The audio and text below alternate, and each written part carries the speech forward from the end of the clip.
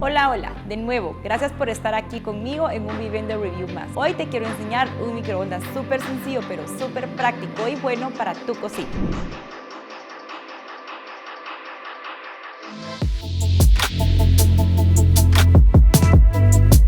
Este microondas Frigidaire es esencial.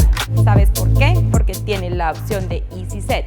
Quiere decir que puedes escoger entre 1 a 6 minutos de cocción con un solo toque. Está indicado del número 1 al 6, dependiendo de los minutos que tú desees. Tienes la opción para escoger entre descongelamiento. Quiere decir que con un solo toque tus alimentos quedarán descongelados. También puedes tener la opción de Reheat. Puedes recalentar tus comidas sin sobrecocinarlas. Será un calor específico para calentarlas. Si tienes algo que estás calentando o cocinando en tu microondas y quieres agregarle un poquito más de tiempo, puedes tener la opción de agregar 10 segundos o agregar 30 segundos con un solo toque. No tienes que esperar a que termine la cocción. En la parte exterior, en el panel de control, también vas a encontrar la opción para ponerle llave. Quiere decir que no se van a cambiar tus predeterminados y no vas a poder abrir el microondas al menos que tú lo desactives.